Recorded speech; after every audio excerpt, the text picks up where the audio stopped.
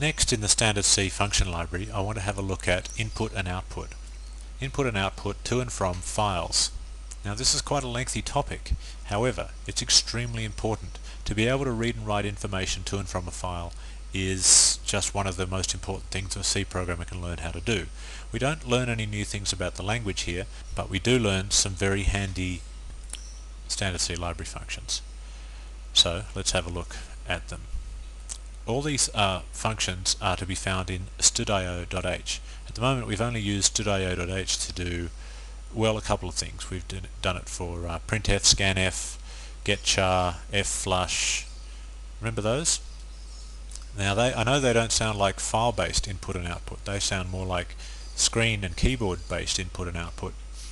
But you'll find as this chapter progresses that they're one and the same thing.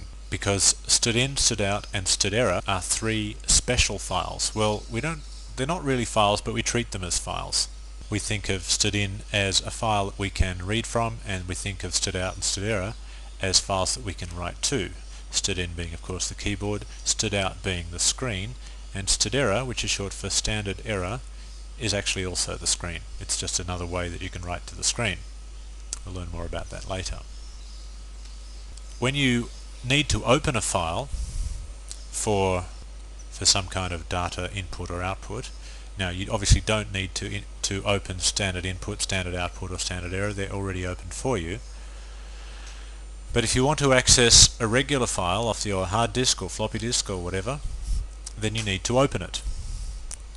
All files must be opened first. You open a file, then you do some operation on it, like you write some data to it or you read some information from it, and then finally you close the file. That's the sequence that you do this all in. The sequence is the same no matter what type of file it is. It doesn't matter whether it's a big file or a small file, a hard disk or a floppy disk, whether you're reading from it, whether you're writing to it, it doesn't matter. You must open it, then read or write, and then close. Now, there are three ways that you can open the file, and they're specified here on the screen. You can open it for reading, you can open it for writing, or you can open it for appending. What does that mean? Well, think of Windows Notepad, a really simple text editor. And you want to open up a file, make some modifications to it, and save it, and then close Notepad. That's a pretty standard thing to want to do. What Windows Notepad will do is it will open the file twice. At the beginning of the session it will open it once for reading. It will open it, read all the information in that file into memory, and then you'll make some modifications to all that data in memory, and then when you're done you'll issue a save command. You'll go file save, at which point Notepad will open up the same file a second time, and this time it will open up for writing, write all the information from memory back out to the file, and close it a second time. So you'll do two opens and two closes, and the first one you'll do an open and a read and a close, and the second time you'll do an open and then a write and then a close. Appending is simply adding to the end of an existing file.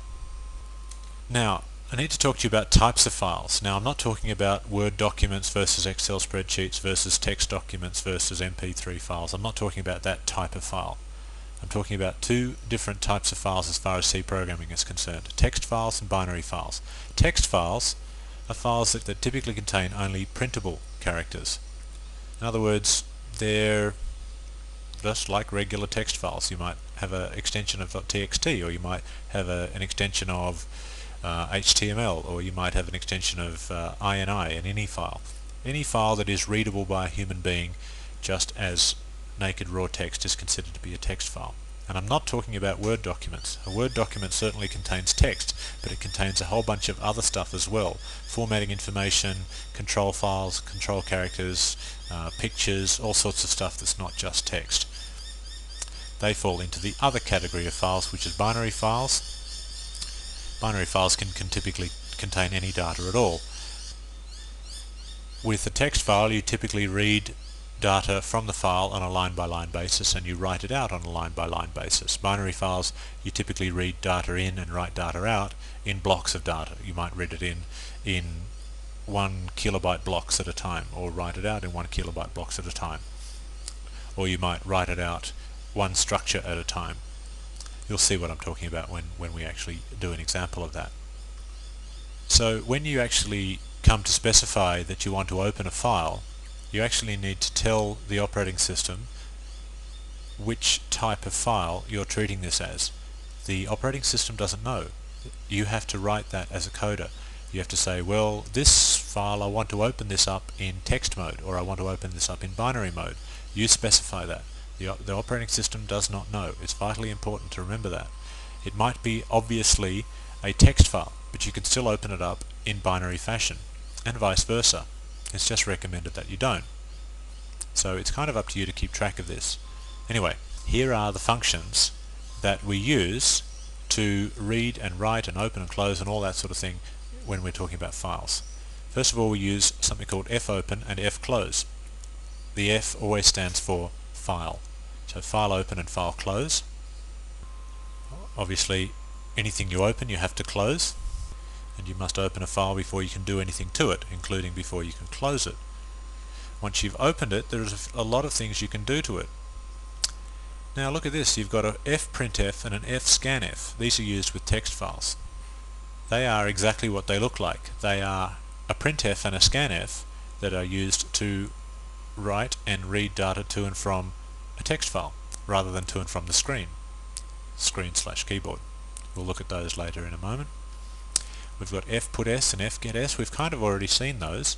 We've seen them where we specified that we wanted to write to standard output and we wanted to read from standard input, but now we'll find that we can read one line of text or write one line of text from a text file. And fputc and fgetc, you haven't seen those before, but they're just like getchar, except that instead of reading a character from the keyboard, you can read a character from a file. You can read the file a character at a time if you want to, and you can write out characters to the file one character at a time using fputc if you want to. So there's a few options at your disposal. All of those are for text files. With binary files you use something called fread and fwrite, and we'll look at those properly a little bit later on. There's also something called fseek, which you can use to move around inside a file when you're, say, reading from it.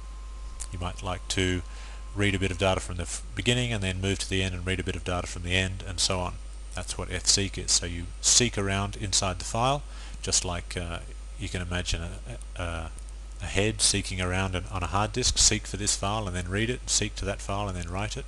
Now, all of these functions, these are known as our standard I/O or buffered I/O functions, should not be confused with open, close, read and write, and seek.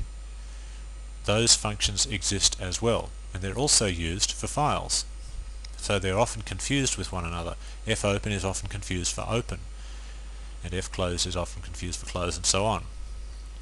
But they are different. You must not confuse them.